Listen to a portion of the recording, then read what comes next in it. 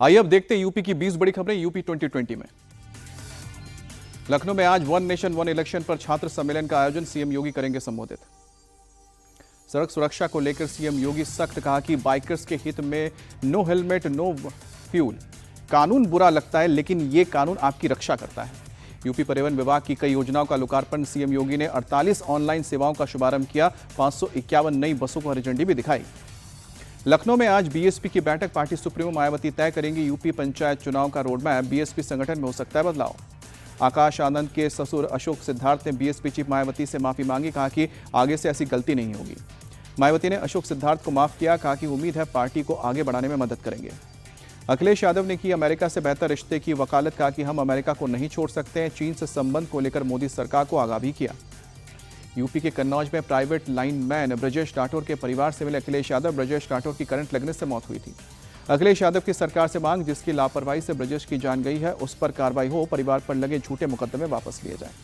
रायबरेली में 1 सितंबर से अब तक 532 लोगों के चालान काटे गए, हेलमेट ना पहनने वालों पर 5,32,000 से ज्यादा का जुर्माना लगा। बाराबंकी में रामस्वरूप यूनिवर्सिटी के अवैध निर्माण पर चला बुलडोजर, एबीपी कार्यकर्ताओं ने सरकारी जमीन पर अवैध निर्माण का लगाया था आरोप। वाराणसी में हाईवे पर चेकिंग के दौरान ट्रक से 1 क्विंटल गांजा बरामद, बिहार में होनी थी सप्लाई। गांजे के साथ बिहार के रोहतास का संजय दुबे गिरफ्तार।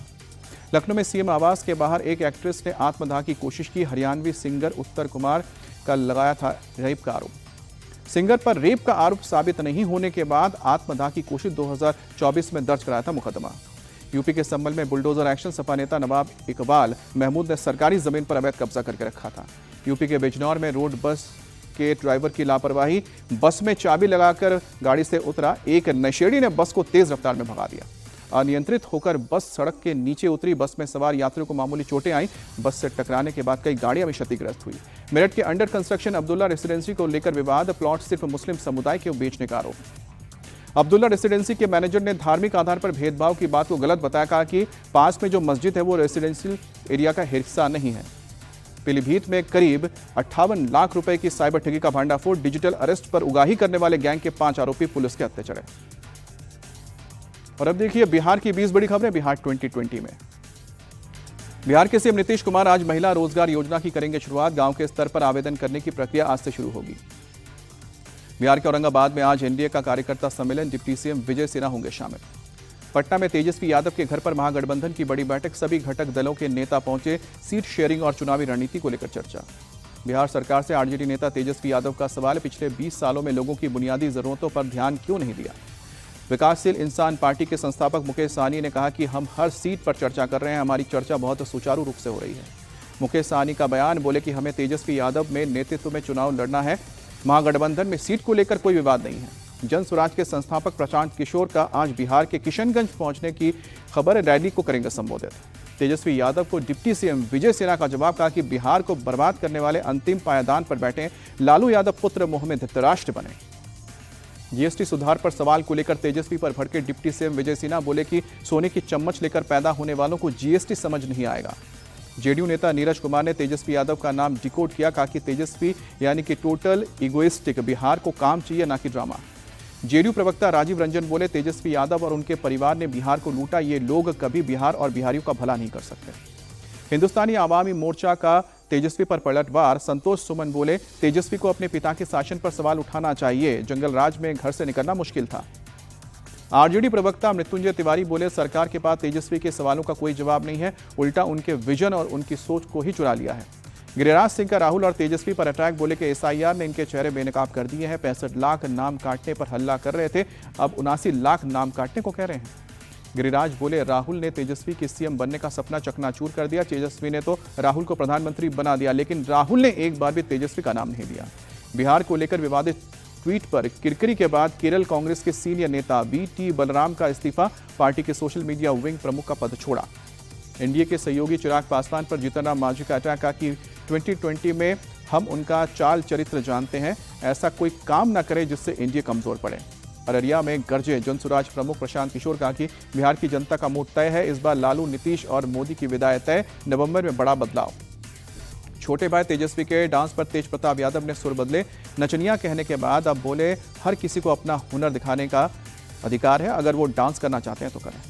मोतिहारी में महिला का हाई वोल्टेज ड्रामा, प्रतियोगी परीक्षा में फेल होने के बाद मोबाइल टावर पर चढ़कर खुदकुशी की धमकी दी। घंटों की मशक्कत के बाद पुलिस ने नीचे उतारा।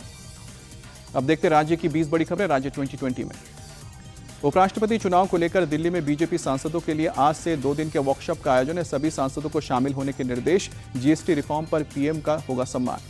जोधपुर में आरएसएस की समन्वय बैठक का आज आखिरी दिन। संघ प्रमुख मोहन भागवत करेंगे संबोधित। राजस्थान के जोधपुर में आरएसएस चीफ मोहन भागवत ने सैनिक क्षत्रिय हनुमान मंदिर में दर्शन किए। गुजरात के पावागढ़ शक्तिपीठ में बड़ा हादसा, कंस्ट्रक्शन के काम में लगा रोपवे टूटा, 6 लोगों की जान गई, कई घायल। मौके पर रेस्क्यू और बचाव का काम जारी। इंदौर में कांग्रेस प्रदेश अध्यक्ष जीतू पटवारी के घर डकैती की कोशिश, 5 से 6 नकाबपोश बदमाश सीसीटीवी में नजर आए।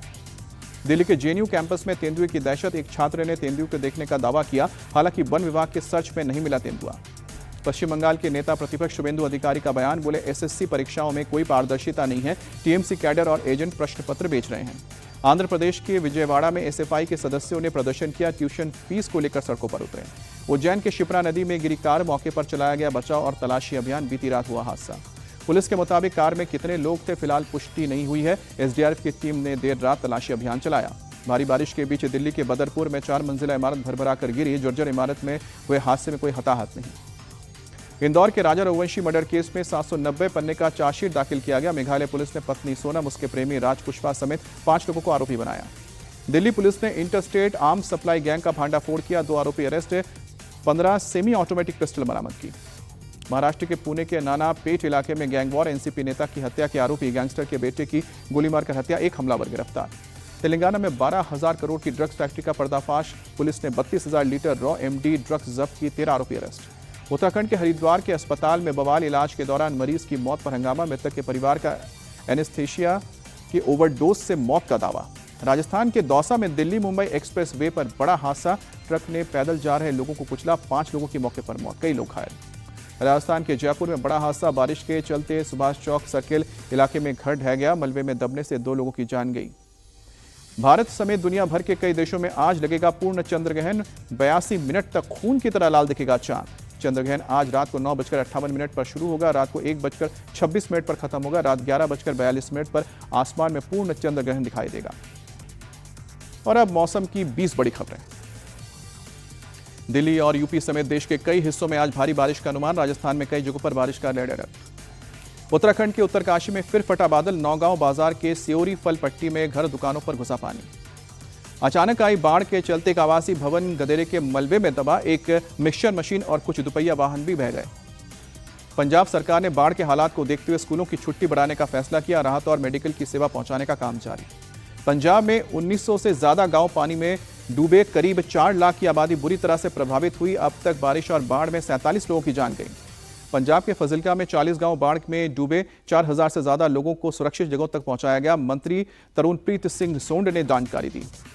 पंजाब के मंत्री हरपाल सिंह चीमा ने पीएम मोदी पर निशाना साधा, कहा कि उन्होंने अफगानिस्तान को राहत सामग्री भेजी लेकिन पंजाब को अभी तक मदद नहीं दी। पंजाब के लुधियाना में सतलुज नदी का रौद्र रूप देखने को मिला, सरसाली गांव का पूरा हिस्सा डूबा, किसानों की हजारों एकड़ फसल भी बर्बाद हुई। पंजाब, हिमाचल और जम्मू कश्मीर में रेस्क्यू ऑपरेशन में जुटे एयरफोर्स के जवान, चंबा में 541 लोगों को सुरक्षित जगह तक पहुंचाया गया। दिल्ली सरकार ने पंजाब में बाढ़ पीड़ितों के लिए 5 करोड़ की राशि का ऐलान किया है, सीएम रेखा गुप्ता ने प्रकट की संवेदनाएं। हरियाणा के बहादुरगढ़ में मंगेशपुर ट्रेन टूटने के बाद हालात बेहद ही गंभीर, 150 गाड़ियां डूबी, कॉलोनियां जलमग्न। बहादुरगढ़ में हालात को देखते हुए सेना की टीम भी बुलाई गई, राहत और बचाव का काम जारी। हरियाणा के अंबाला में बाढ़ से बुरा हाल, इंडस्ट्रियल एरिया में करीब 7 फीट तक पानी भरा।